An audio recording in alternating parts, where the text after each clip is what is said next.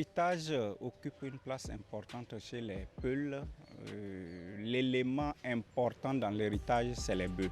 Les enfants, depuis le bas âge, ont déjà une part dans l'héritage. On leur a déjà donné des bœufs. Il y en a avant peut-être la vieillesse de leurs parents, ont déjà leur troupeau et qui décident même de ne plus venir prendre une partie dans l'héritage à partager.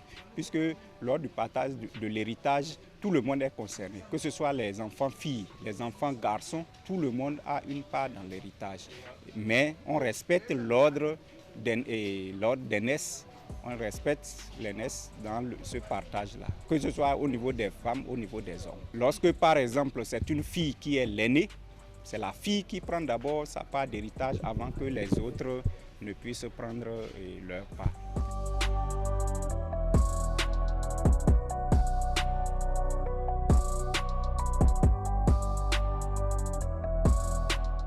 On tient compte aussi de la charge de chacun. Lorsque par exemple le père est décédé et que c'est l'aîné qui garde la plus grande charge de la famille, c'est normal que sa part qu'il prenne soit plus importante que les autres. Ou bien si c'est le benjamin ou bien le cadet qui a la charge de la famille, peut-être que l'aîné n'est même pas au village, c'est le cadet ou le benjamin qui peut-être a à charge la maison. Donc c'est lui qui va prendre la plus grande part. Il arrive même que les enfants décident de ne pas partager, qu'on décide, on met tout ensemble et que c'est un des enfants qui garde tous les bœufs. Mais chacun à l'intérieur a sa part. En cas de besoin, il peut aller y vendre et faire régler son problème.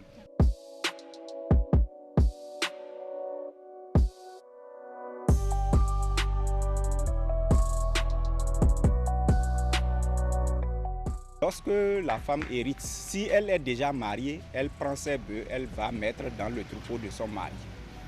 Si c'est une jeune fille, donc dans ce cas, tout ce qu'elle a hérité comme bœufs est gardé par ses grands frères ou ses petits frères. Donc c'est eux qui gardent jusqu'à ce qu'elle soit mariée. Et même lorsque la femme est mariée en milieu peul, elle n'accepte jamais amener tout son héritage dans la maison de son mari. Elle laisse toujours une partie chez ses parents parce que en cas de difficulté au niveau du mari, elle a toujours recours à ses parents, à ses frères, à ses soeurs pour pouvoir trouver solution.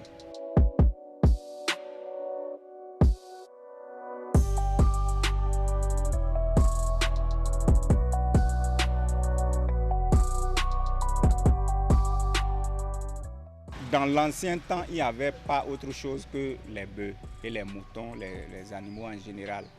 Mais aujourd'hui, les temps ont changé. Il y a des Peuls qui ont des terres, il y a des Peuls qui ont d'autres richesses, de l'argent, qui ont en tout cas des bâtiments et autres. Bon, ça aussi, on entre dans la modernité et puis le partage. Aujourd'hui même, le partage ne se fait plus comme on l'a décrit partout.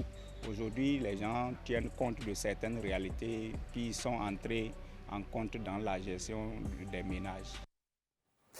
Ah oui, intéressant. Hein? Très intéressant. Merci hein? à Ce numéro de Us et coutume. Oui, qui nous apprenait beaucoup par rapport à la coutume chez les Peuls. Exactement. Et nous avons parlé de la notion d'héritage et on a beaucoup appris. Le droit d'aînesse est respecté chez les Peuls quand il s'agit de l'attribution de l'héritage.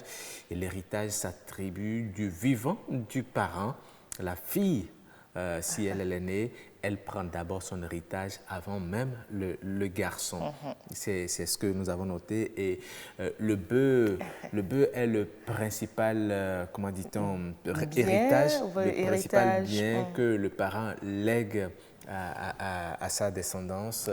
Et également, mais aujourd'hui, comme il a expliqué, à part les bœufs, il y a les biens matériels et immatériels qui entrent en jeu. Il y a des Peuls qui sont aujourd'hui propriétaires de terres, propriétaires d'immeubles également. Très belle restitution. Absolument. Ah oui, je prenais, je suis intéressé par tout ce qui... Ça me permet de comprendre Je sais que vous avez de tout temps été intéressé par la vie des Peuls. Hein?